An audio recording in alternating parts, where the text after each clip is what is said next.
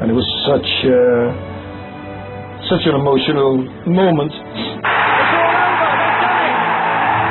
Before we got off the field, and everybody was happy. I remember that, but lots of tears in the dressing room. I remember lots of tears, and there's lots of people so emotional. I had big days, but this it didn't come any bigger than this. 5 de febrero de 1972, Hereford, centro de Inglaterra. Partido de desempate de tercera ronda de la FA Cup. El todopoderoso Newcastle de Malcolm McDonald y Bobby Moncur visita al Hereford United, un modesto equipo de aficionados. Su entrenador jugador era Colin Addison, conocido en España por haber entrenado al Atlético de Madrid, al Cádiz, al Celta y al Badajoz. 37 años después regresa a un lugar emblemático para él, el estadio del Hereford. Allí, en Edgar Street, se jugó un encuentro mítico, para muchos uno de los mejores que se han disputado en los casi 140 años de la FA Cup. Esta es la historia de un partido de leyenda, de un partido que nunca volverá a repetirse. Psychology when we got 2-2 up at St James's Park, you know, in front of 40,000 people. The pitch was good, the stadium was excellent, you know. But anyway, as soon as we knew we had a replay coming back here, it was going to be a different game completely. Smaller pitch, not in good condition, very heavy, very wet. We always, you know.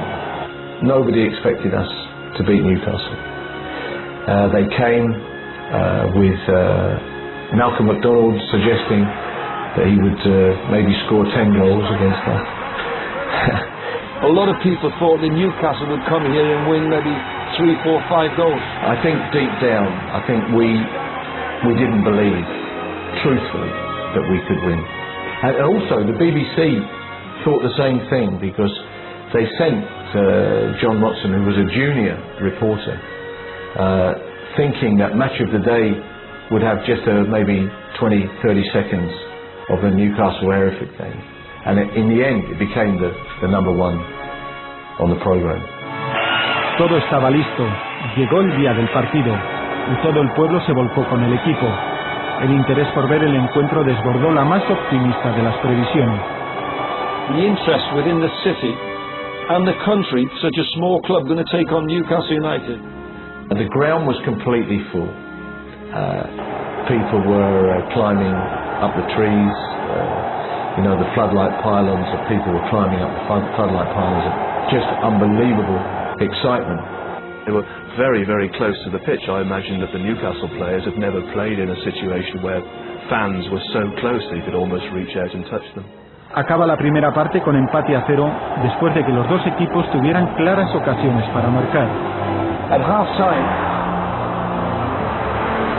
I just felt we'd done so well, we were benefiting. You know, my team talk would have been much easier than the Newcastle manager, Joe Harvey.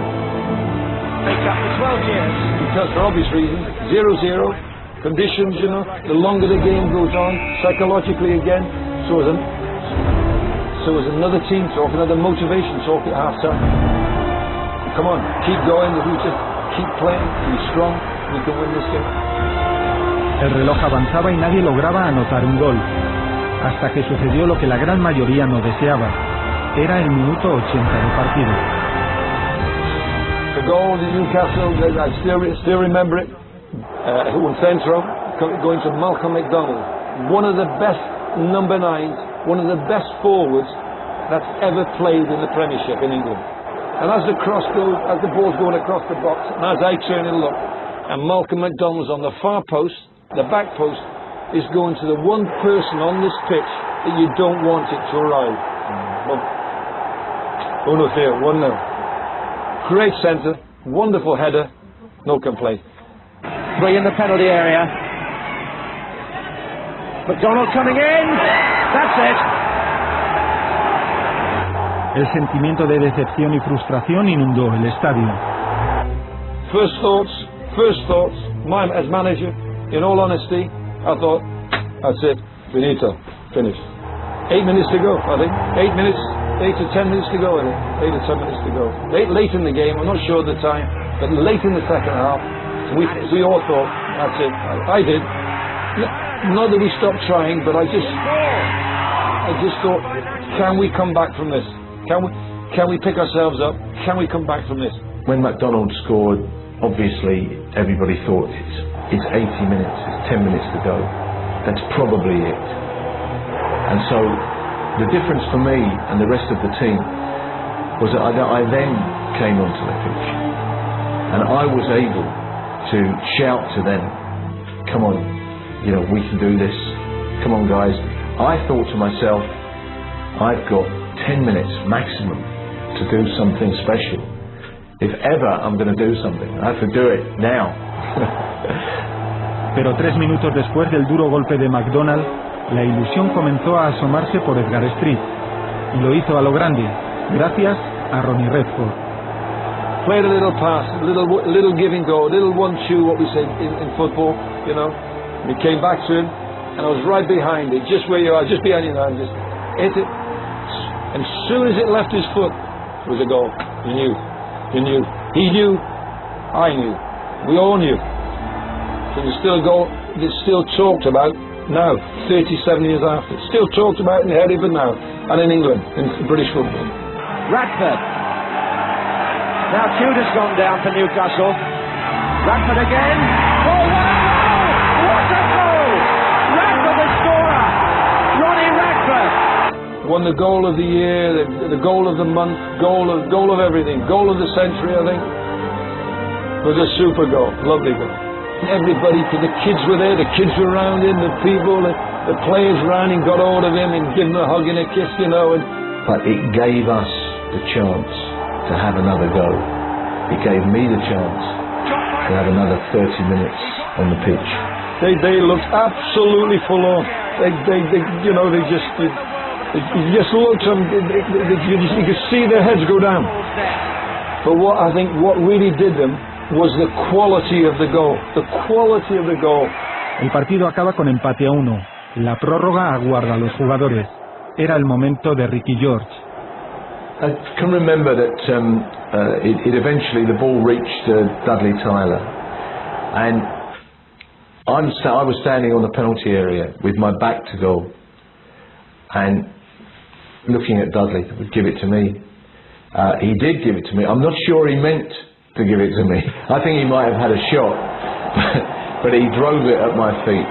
And the big surprise for me was that I actually had the space and the time to get the shot in. And I looked up, and it was in the bottom corner. George.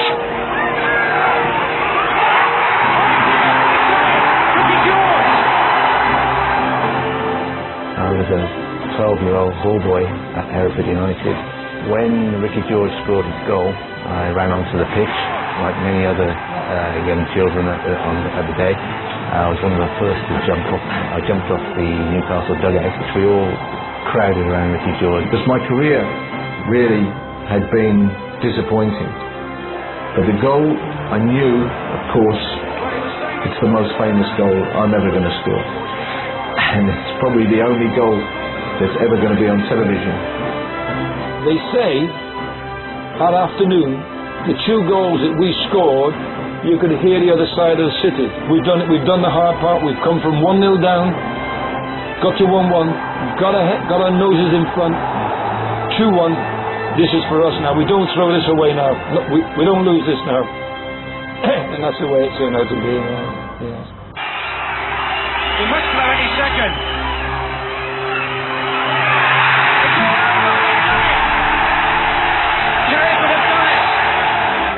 Han pasado casi 40 años y el recuerdo de aquel partido, de aquella victoria, aún sigue emocionando a Colin Addison. Oh, just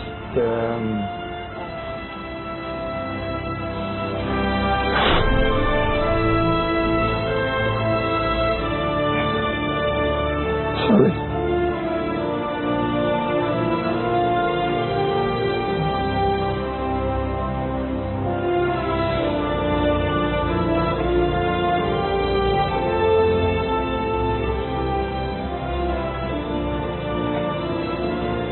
I think that says it all. I think we've done it. We've done it.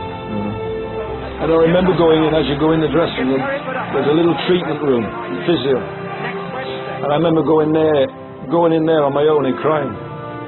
And then back in the dressing room, then I was okay, and I was over it, and celebrated with the players with some champagne and some beer, and everybody came in.